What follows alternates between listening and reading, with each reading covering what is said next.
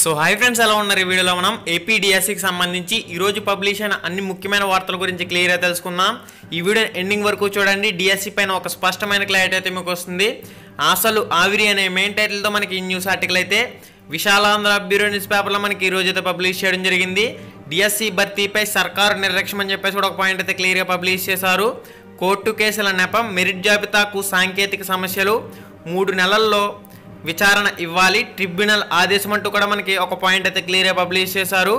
DSC 2018 భర్తీ ప్రక్రియపై అభ్యర్థులు ఆశలు ఆవిరైనట్లే అని చెప్పేసి మనకు ఒక పాయింట్ అయితే క్లియర్గా మెన్షన్ చేశారు. ఫలితాలు ప్రకటించి మెరిట్ జాబితాను సిద్ధం చేయడంలో ప్రభుత్వం పూర్తిగా విఫలమైంది. అటు కోర్టు కేసులను సమర్థవంతంగా ఎదుర్కోవడంలోనూ నిర్లక్ష్యం వ్యవహరిస్తుంది. 4 ఏళ్ల నుంచి మౌనంగా ఉన్న టీడీపీ ప్రభుత్వం ఎన్నికల సమయంలో అరకొర పోస్టులతో డిఎస్సి నిర్వహించిన విషయం మనందరికీ తెలిసిందే.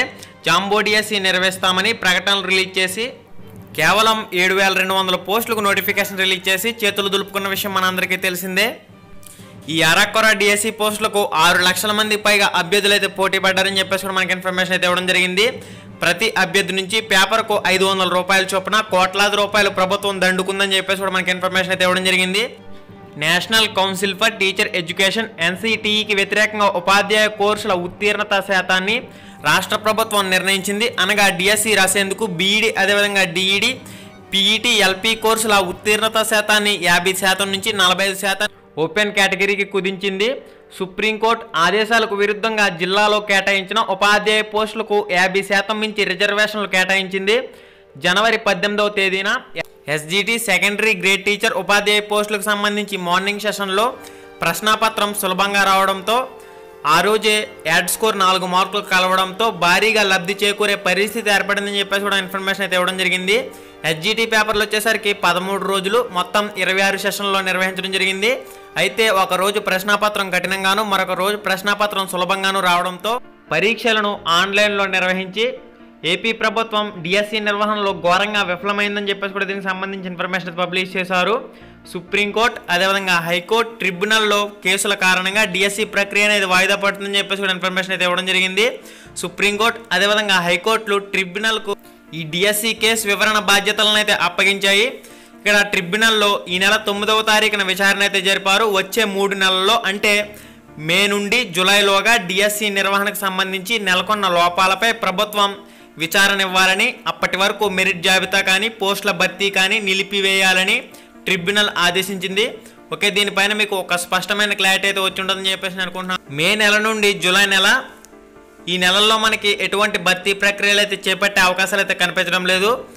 కోర్టు వాదనలు కరువు అని చెప్పేసి కూడా మనకి ఇన్ఫర్మేషన్ అయితే పబ్లిష్ చేశారు. డిఎస్సి అభ్యర్థులు లేవనెత్తిన అంశంపై కోర్టులో బలమైన వాదనలు వినిపించాయి. ప్రభుత్వం తరపున న్యాయవాదులు పూర్తిగా విఫలమయ్యారని చెప్పేసి కూడా ఇన్ఫర్మేషన్ అయితే ఇవ్వడం జరిగింది. అడ్డగోలు నిబంధనలతో ప్రకటనలు రిలీజ్ చేసి అనుమతులు ఇవ్వడంతోనే ఈ సమస్య మొదలైందని, దీంతో డిఎస్సి ఫలితాలను మాత్రమే విడుదల చేసి ప్రభుత్వం మౌనంగా ఉండిపోయింది. కోర్టు కేసుల నేపథ్యంలో మెరిట్ జాబితాను రూపొందించే పరిస్థితులు లేవు.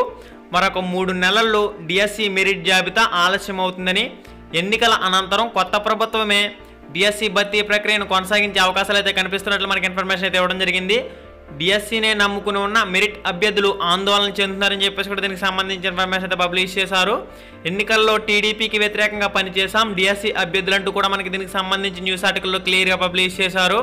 టీడీపీ ప్రభుత్వం అధికారంలోకి వచ్చాక ప్రతి ఏటా 10,000 పోస్టులతో డిఎస్సి భర్తీ చేస్తామని, మొత్తం 50,000 ఉపాధ్యాయ పోస్టులు భర్తీ చేయవలసి ఉండగా కేవలం ఎన్నికల నేపథ్యంలో 7,200 పోస్టులకు అరాకొరగా నోటిఫికేషన్ రిలీజ్ చేసి చేతులు దులుపుకుంది.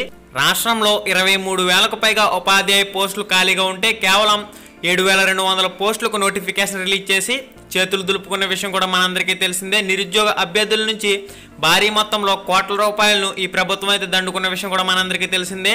ప్రకటనలు రిలీజ్ చేయడం, అభ్యర్థులను కోచింగ్ సెంటర్లకు పరుగులు పెట్టేలా చేయడం. ఓకే ఫ్రెండ్స్, ఇప్పటి వరకు ఉన్న ఏపీ డిఎస్సికి సంబంధించి లేటెస్ట్ న్యూస్ అప్డేట్ ఇన్ఫర్మేషన్ అయితే ఇది. మరొక 3 నెలలు అయితే డిఎస్సి ప్రక్రియ అయితే వాయిదా పడే అవకాశాలు అయితే మనకు కనిపిస్తూ ఉన్నాయి. దీనికి సంబంధించి ఏ లేటెస్ట్ అప్డేట్ ఇన్ఫర్మేషన్ వచ్చినా తప్పకుండా మన ఛానల్ వరకు మీకు ఇన్ఫర్మేషన్ అయితే వీడియోల ద్వారా అందుతూనే ఉంటుంది. Okay friends, thanks for watching. Have a nice day and జై హింద్. హాయ్ ఫ్రెండ్స్, మన ఛానల్లో పెట్టే వీడియోస్ని నోటిఫికేషన్ ద్వారా మీ మొబైల్కి పొందాలనుకుంటే రెడ్ కలర్ సబ్స్క్రైబ్ బటన్ మీద క్లిక్ చేసి మన ఛానల్ని సబ్స్క్రైబ్ చేయండి. అలానే పక్కనే ఒక బెల్ ఐకాన్ వస్తుంది, దాన్ని క్లిక్ చేయడం మాత్రం మర్చిపోవద్దు. నేను మీ Ganesh, welcome to Ram Ramesh productions.